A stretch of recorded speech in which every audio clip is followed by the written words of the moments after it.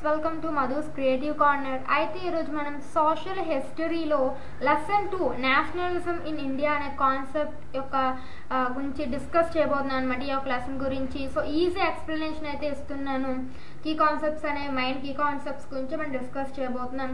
So నేను already lesson 1 video చేశాను and remaining lessons కూడా చేశాను, చూడండి మీరు.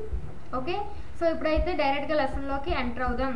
Lesson 2 nationalism in India. Short notes అనేది ప్రిపేర్ చేశాను, చాలా ఇంపార్టెంట్. నోట్స్ని స్క్రీన్ షాట్ తీసుకోండి. So first nationalism in India అంటే ఏమిటి, దాని మీనింగ్ ఏంటి, లెసన్ యొక్క మీనింగ్, ఆ పేరు ఫస్ట్ మీనింగ్ అదే నేర్చుకోవాలి.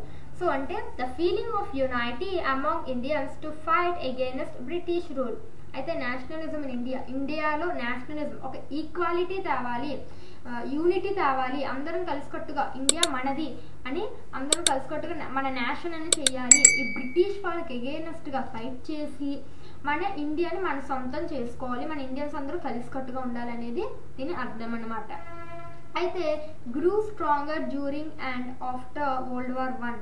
సో వరల్డ్ వార్ జరుగుతున్నప్పుడు, డ్యూరింగ్ అంటే జరుగుతున్నప్పుడు, అండ్ వరల్డ్ వార్ జరిగిపోయిన తర్వాత ఈ యొక్క నేషనలిజం ఇండియా అనేది స్ట్రాంగ్ అయ్యిందనమాట. సో ఎప్పుడు మనకి జరిగింది, 1914 to 1918 గ్యాప్లో. అయితే సెకండ్ వన్ చూస్తే, second key concept impact of World War 1. World War 1 వల్ల ఎటువంటి ఇంపాక్ట్ అనేది మన ఇండియాకి వచ్చింది, మన ఇండియాలో ఎలా అది ప్రభావం చూపించింది అనేది చూద్దాం. War caused heavy taxes, price rise and food shortages. So దీనివల్ల ఏం జరిగిందంట, హెవీ ట్యాక్సెస్ పెరిగిపోయాయి, పెంచుతారనమాట. అలాగే ప్రైస్ కూడా, రేట్లు అన్నీ కూడా పెంచేశారు. దానివల్ల కష్టాలు అనిపించాయి. ఫుడ్ షార్టేజ్, ఫుడ్ కూడా దొరకడం చాలా కష్టమయ్యింది. Soldiers returning from war spread new ideas of freedom and self rule. అయితే అప్పుడు బ్రిటిష్ వాళ్ళు ఏం చేసేవారంటే, వార్కి వెళ్ళినప్పుడు మన ఇండియన్స్ నుండి కూడా సోల్జర్స్ని తీసుకెళ్ళేవారు అనమాట. బ్రిటిష్ వాళ్ళు ఉండేవారు ఆ సోల్జర్స్ కూడా, బట్ మన ఇండియన్ వాళ్ళు కూడా సోల్జర్గా జాయిన్ అయ్యి వాళ్ళని వెళ్ళేవారు అనమాట. సో అయితే ఇండియా నుండి వెళ్ళిన సోల్జర్స్ ఎవరైతే ఉన్నారో వాళ్ళు ఆ వార్కి వెళ్ళి అక్కడ చూసారు, వాళ్ళు ఎవరైతే వరల్డ్ వార్లో ఫ్రీడమ్ కోసం కొంతమంది ఫైట్ చేయడం, సెల్ఫ్ రూల్ కోసం, ఇలాంటివన్నీ వాళ్ళు తెలుసుకొని వచ్చి యువతల మన సోల్జర్స్ కానీ నార్మల్ ఇండియన్స్ ఉంటారు కదా, సో వాళ్ళకి వచ్చి చెప్పారనమాట. మేము ఇలాగా ఈ వరల్డ్ వార్ టైంలో ఇలా వార్కి వెళ్ళాము, వెళ్తే అక్కడ వాళ్ళు ఇలా చేస్తున్నారు, ఫ్రీడమ్ అంటే ఇదన్నమాట, సెల్ఫ్ రూల్ అంటే ఇలా ఉంటుంది, ఫ్రీడమ్ అంటే ఇలా ఉంటుంది, సెల్ఫ్ రూల్ అంటే ఇలా ఉంటుందని ఆ యొక్క ఐడియాస్ని స్ప్రెడ్ చేశారనమాట. సో దానివల్ల వీరికి తెలిసింది ఎలా ఉంటుంది ఇండిపెండెన్స్ అంటే అనేది. After that third key concept వచ్చేసరికి గాంధీజీ. సో గాంధీజీ అంటే మన అందరికీ తెలుసు గాంధీజీ గారు. సో గాంధీజీ గారు సత్యాగ్రహ అనే ఒక మూవ్మెంట్ని స్టార్ట్ చేశారు. సో దాని గురించి చూద్దాం. Mahatma Gandhi return to India in 1915. So 1915లో మహాత్మా గాంధీ గారు ఇండియాకి రిటర్న్ వచ్చారనమాట ఇండియాకి. Believed in truth, satya and nonviolence, ahimsa. ఇతను రెండు థింగ్స్ ని నమ్ముతాడు. ఏంటవి, truth and nonviolence. Truth అంటే సత్యం, నిజం మాట్లాడడం, నిజాన్ని. ఇంకా నాన్ వైలెన్స్, అహింస, వైలెన్స్ కాదు అంటే వైలెన్స్ ఎప్పుడు నమ్మడు. వీడిని కొడితే నీకు అది దక్కుతుంది అనేది రాంగ్. నువ్వు పేషెన్స్తో నాన్ వైలెన్స్ చేసి మామూలు మంచిగా అడిగినా వాడు నీకు ఇస్తాడు అని ఆ విధంగా అనమాట అహింస అంటే. So started satyagraha peaceful protest against injustice. So injustice కి అగెయినెస్ట్ గా ఒక ఉద్యమాన్ని స్టార్ట్ చేశారు. ఆ ఉద్యమమే సత్యాగ్రహ అనే మూమెంట్ ని స్టార్ట్ చేయడం జరిగింది. సో అంతకన్నా ముందు ఇంకొన్ని మూమెంట్స్ ని, సో సత్యాగ్రహ స్టార్ట్ అవ్వకముందు కొన్ని సక్సెస్ఫుల్ మూమెంట్స్ ఉన్నాయి. అవి ఏంటంటే ఫస్ట్ వన్ బిహార్లో చంపారన్ 1917లో. బిహార్లో ఏమైందంట, ఫార్మర్స్ కి క్రాప్స్ ఏదైతే ఉందో వాటిని బ్రిటిష్ వాళ్ళు ఎక్కువ రేట్కి అమ్మేవారు అనమాట. సో ఇలా ఇవన్నీ జరగడం వల్ల చంపారన్ అనే మూమెంట్ ని తెచ్చి ఫార్మర్స్ ని సక్సెస్ అనేది పొందారు. వాళ్ళు అనుకున్నట్టే వాళ్ళు అమ్మిన క్రాప్స్ కి తగిన ఫలితం అనేది వచ్చింది, వాళ్ళ కష్టానికి ఫలితం అనేది వచ్చింది. సో చంపారన్ అనే మూమెంట్ సక్సెస్ అయింది. ఇది కీ స్టెప్స్ అనమాట. 1 by 1 అలా సక్సెస్ అవుతూ వెళ్ళారనమాట గాంధీ గారు. Next second Kheda movement. ఇది గుజరాత్ లో జరిగింది 1918లో. For peasants facing crop failure. So crop failure అయ్యిందనమాట. క్రాప్స్ అన్ని వాడిపోయి అన్ని నష్టపరిహారాలు అనేవి జరిగాయి. బట్ అయినా సరే వీళ్ళ దగ్గర నుంచి డబ్బులు దోచేసుకునేవారు బ్రిటిష్ వాళ్ళు. సో దానికి తగ్గట్టుగా వీళ్ళు వెళ్ళి కేదా అనే మూవ్మెంట్ స్టార్ట్ చేసి అందులో కూడా సక్సెస్ పొందారు గాంధీ గారు. So next Ahmedabad. సో ఇది గుజరాత్లో 1918లో జరిగింది. For mill workers, cotton mill workers కోసం ఈ యొక్క మూమెంట్ అనేది స్టార్ట్ చేశారు. అందులో కూడా సక్సెస్ అనేది పొందారు. Next 4th one very important, Rowlatt act. ఇది 1919లో వచ్చింది. ఇది ఒక యాక్ట్ అనమాట. ఎవరు ఆ యాక్ట్ పెట్టారు? బ్రిటిష్ వాళ్ళు పెట్టారు. సి allowed British to jail anyone without trial. So ఈ రౌలట్ యాక్ట్ అంటే ఏంటంటే బ్రిటిష్ వాళ్ళు ఎవరినైనా, ఇది యాక్చువల్లీ ఎందుకు పెట్టారంటే మన ఇండియన్స్ వాళ్ళు జరిపే వాట్స్ దట్ సభ అంటాం కదా, సభ ఇవన్నిటినీ కూడా అణిచివేయడం కోసమని ఈ రౌలట్ యాక్ట్ అనేది పెట్టడం జరిగింది.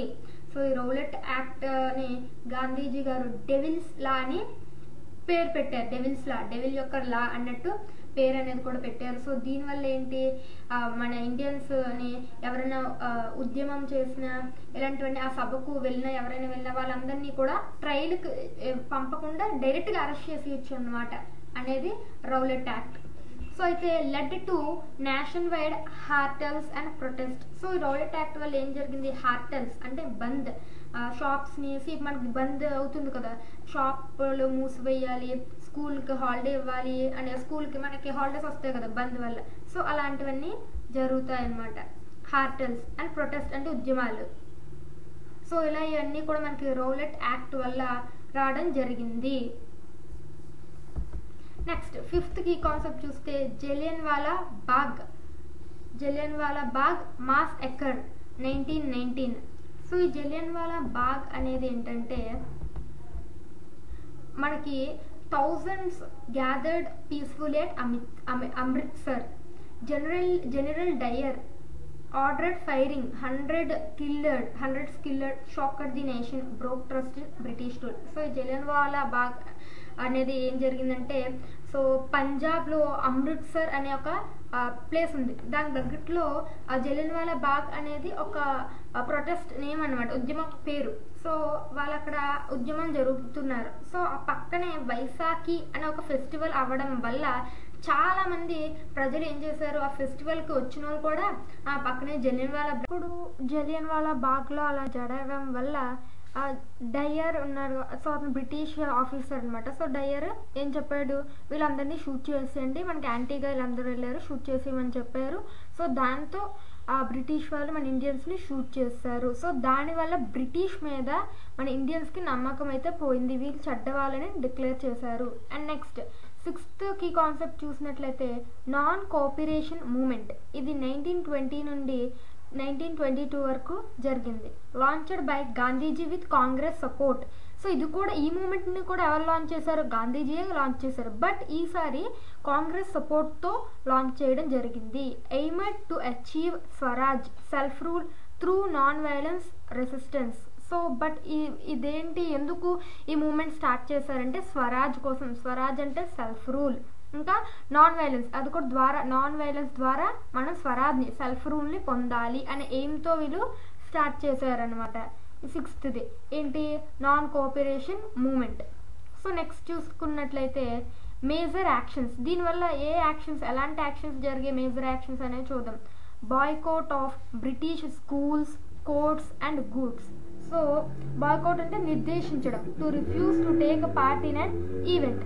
సో ఆ బ్రిటిష్ స్కూల్స్ని అవాయిడ్ చేయడం, వాళ్ళ కోర్ట్స్ని అవాయిడ్ చేయడం, గూడ్స్ని అవాయిడ్ చేయడం స్టార్ట్ చేశారు. వీళ్ళు స్కూల్స్కి ఎవరు వెళ్ళొద్దు, కోర్ట్స్కి వెళ్ళొద్దు, గూడ్స్కి వెళ్ళొద్దు, ఇవన్నీ చేయకండి, వాటిని వదిలేస్తే వారు దెబ్బకి వెళ్ళిపోతారని సో అలా చేశారు. అంటే నాన్ వైలెన్స్ చేయకుండా ఇలా చేశారనమాట. Next promotion of khadi and Indian industries. So Indian ఇండస్ట్రీస్కి కదీకి ప్రమోషన్ వచ్చింది. అంటే ఏంటి, మన ఇండియన్ వాళ్ళు దాన్ని ఎంకరేజ్ చేయడం స్టార్ట్ చేశారు. మన ఇండియన్ గూడ్స్ని కానీ ఈ అన్నిటిని, ఇండియన్ స్కూల్స్ని, ఆ బ్రిటిష్ వాళ్ళు అన్నిటినీ వాళ్ళ స్కూల్స్కి గట్రా వెళ్ళకపోతే ఏంటి, వాళ్ళకి ఇన్కమ్ అనేది రాదు. సో వాళ్ళు ఎవరిని మనం పట్టించుకోవట్లేదని వెళ్ళిపోతారని అలా ఆలోచించారనమాట. నెక్స్ట్ చౌరీ చౌరా. ఇది 1922లో జరిగింది ఈ movement. So protest turned violent Gandhiji called off the movement. So Chauri Chaura అనే ఒక మూమెంట్ని స్టార్ట్ చేశారు. ఈ మూమెంట్లో ఏమైంది, ఈ యొక్క ఉద్యమం అనేది వైలెన్స్ ఇతను ఏం చెప్పాడు, వైలెన్స్ అనేది ఉండకూడదు అని చెప్పారు. బట్ వీళ్ళు కోపాన్ని ఓర్చుకోలేకపోయారు అనమాట. ఓర్చుకోలేకుండా అక్కడ వైలెన్స్ అనేది జరిగింది. సో జరగడం వల్ల గాంధీజీ ఈ యొక్క మూమెంట్ని క్యాన్సిల్ చేస్తారు. వద్దు, ఇందులో వైలెన్స్ వద్దు, అహింసతో అని చెప్పాను, బట్ వైలెన్స్ స్టార్ట్ అయింది కాబట్టి క్యాన్సిల్ చేస్తున్నాని ఈ ప్రొటెస్ట్ని క్యాన్సిల్ చేశారనమాట. నెక్స్ట్ 7th కీ పాయింట్ చూసినట్లయితే different social groups and nationalism. So peasants fought against high rent and taxes. So peasants ఉన్నారు కదా, వాళ్ళు ఏం చేశారు, హై రెంట్స్కి హై ట్యాక్సెస్ ఇవన్నీ బ్రిటిష్ వాళ్ళు పెంచిస్తే దానికి అగెయిన్స్ట్గా, దానికి వ్యతిరేకంగా ఫైట్ అనేది ఫైట్ చేశారు. నెక్స్ట్ ట్రైబల్ పీపుల్ అంటే కొండవాళ్ళు wanted forest freedom. So forest ఫ్రీడమ్ని వాళ్ళు కోరుకున్నారు. ఫారెస్ట్లో మాకు ఫ్రీడమ్ కావాలి అంటే ఈ చెట్లును కట్ చేయడం కానీ దీనికంటూ పర్మిషన్ కట్టి మేము అడగాం, ఇవన్నీ మాది, ఫారెస్ట్ మాది, ఇందులో మాకు పర్మిషన్ ఉండాలని అడిగారు. నెక్స్ట్ బిజినెస్ క్లాస్ వాళ్ళు ఏమి అడిగాడు, సపోర్టెడ్ స్వదేశీ ఇండస్ట్రీస్. సో స్వదేశీ అంటే సెల్ఫ్ రూల్. సో మన ఇండస్ట్రీస్, మన ఇండియన్ వాళ్ళ ఇండస్ట్రీస్ వాళ్ళని సపోర్ట్ చేశారు బిజినెస్ క్లాస్ వాళ్ళు. అంటే మనకి ఇన్వెస్ట్మెంట్ ఇవ్వడం కానీ అలా మనకి సపోర్ట్ అనేది చేశారు, మన ఇండియా వాళ్ళు ఎకనామికల్గా డెవలప్ అవ్వడానికి. నెక్స్ట్ స్టూడెంట్స్ అండ్ ఉమెన్ ఎలాగా ఇందులో వాళ్ళ రోల్ ఎలా అయిందంటే పార్టిసిపేటెడ్ యాక్టివ్లీ. సో స్టూడెంట్స్ కానీ ఉమెన్స్ కానీ వీళ్ళు కూడా ప్రతి దాంట్లో యాక్టివ్గా పార్టిసిపేట్ చేశారు. నెక్స్ట్ 8th పాయింట్ చూసినట్లయితే సివిల్ డిసోబీడియంట్ మూమెంట్. ఇది 1930 to 1934 వరకు ఈ యొక్క మూమెంట్ అనేది జరిగింది. ఏ movement, civil disobedience movement. Started after Simon commission 1928 and salt tax issue. So salt tax issue తర్వాత సైమన్ కమిషన్ తర్వాత ఈ యొక్క మూమెంట్ అనేది స్టార్ట్ అయింది. సో సాల్ట్ ట్యాక్స్ ఇష్యూ ఏంటి అనేది చూస్తే Dandi march 1930.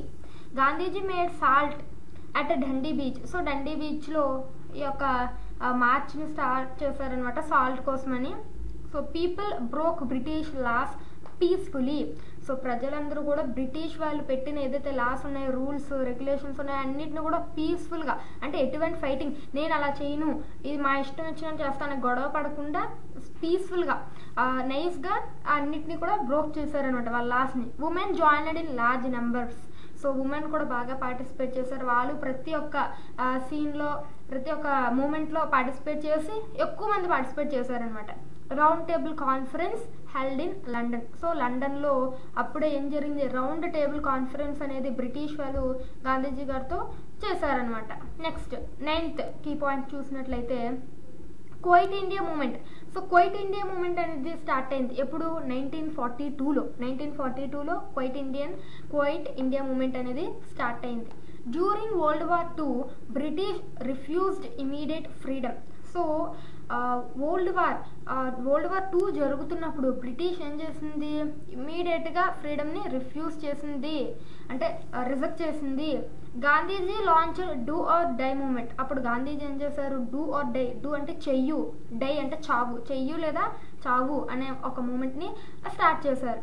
People all over India protested British jailed leaders. So మొత్తం ఇండియాలో ఉన్న మొత్తం పీపుల్ అందరూ కూడా ఉద్యమంలో దిగారు, నిరసనలు గట్టి అన్నీ చేశారు. సో తర్వాత బ్రిటిష్ ఏం చేస్తారు, లీడర్స్ని జైల్లో అరెస్ట్ చేయడం స్టార్ట్ చేశారు. ఈవెన్ మన గాంధీ గారిని కూడా అరెస్ట్ చేశారు జైల్లో. బ్రిటిష్ వాళ్ళు మన ఇండియన్ లీడర్స్ని అరెస్ట్ చేయడం స్టార్ట్ చేశారు. Next strengthened the demand for independence. So వాళ్ళు అలా చేయడం వల్ల ఏం జరిగింది, మనమేమి అయ్యో మా లీడర్స్ని అరెస్ట్ చేస్తారే గట్టని బాధపడి అలా కూర్చొని ఊరుకోలే, ఇంకా మనకి ఇండిపెండెన్స్ కావాలి అనే నమ్మకం బాగా డిమాండ్ అనేది పెరిగి ఇంకా దాని పట్టుదల అనేది పెరిగింది అని చెప్తున్నారు. నెక్స్ట్ 10th కీ పాయింట్ చూసినట్లయితే టువర్డ్స్ ఇండిపెండెన్స్ వైపు. After the war British became week. So గొడవ అదంతా వార్ అంతా అయిన తర్వాత బ్రిటిష్ ఏమైంది, వీక్ అయిపోయింది. మౌంట్ బ్యాటన్ ప్లాంట్ 1947లో ఈ యొక్క ప్లాన్ అనేది స్టార్ట్ అయింది. India became independent on 15th August 1947.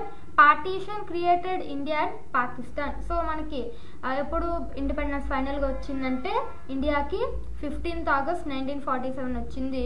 And also at the same time India ఇంకా పాకిస్తాన్ కూడా డివైడ్ అయిపోయాయి. మనకి అప్పుడు ఇండియా ఇంకా పాకిస్తాన్ ఒకే కంట్రీలా ఉండేవి, బట్ బ్రిటిష్ వాళ్ళు దాన్ని డివైడ్ చేస్తారనమాట. ఇండియా వేరు పాకిస్తాన్ వేరు అనేటట్టు డివైడ్ చేస్తారనమాట. సో సమ్మరీ మొత్తం ఈ యొక్క లెసన్ యొక్క సమ్మరీ మొత్తం ఇక్కడ ఒక చిన్న 4 లైన్స్లో చూసినట్లయితే, nationalism in India rose with Gandhiji's movement. So nationalism ఇండియాలో ఎలా స్టార్ట్ అయింది? గాంధీజీ గారు మూమెంట్స్ ద్వారా. ఎటువంటి మూమెంట్స్? సత్యాగ్రహ నుండి నాన్ కోఆపరేషన్కి, నాన్ కోఆపరేషన్ నుండి సివిల్ డిసోబీడియన్స్కి, సివిల్ డిసోబీడియన్స్ నుండి క్వైట్ ఇండియాకి. సో ప్రతి ఒక్క స్టెప్ కూడా ఫ్రీడమ్ వైపు, ప్రజలందరూ కలిసి ఫ్రీడమ్ వైపు నడవడమే. Finally India achieved independence in 1947. ఫైనల్గా ఇండియాకి 1947లో ఇండిపెండెన్స్ వచ్చింది వాళ్ళ కష్టానికి ఫలితంగా. ఇది మనకి సెకండ్ లెసన్ అనమాట. సో ఆల్రెడీ నేను ఫస్ట్ లెసన్ చేసా, రిమైనింగ్ లెసన్స్ కూడా చేస్తున్నాను. సో మీకు కానీ నచ్చినట్లయితే లైక్ చేయండి. ఇది మీకు ఇంకా అలాంటి వీడియోస్ కావాలి, దాని నోటిఫికేషన్స్ కావాలంటే సబ్స్క్రైబ్ చేయండి. మీ ఫ్రెండ్స్కి హెల్ప్ఫుల్ అనుకుంటే షేర్ చేయండి. Thanks for watching.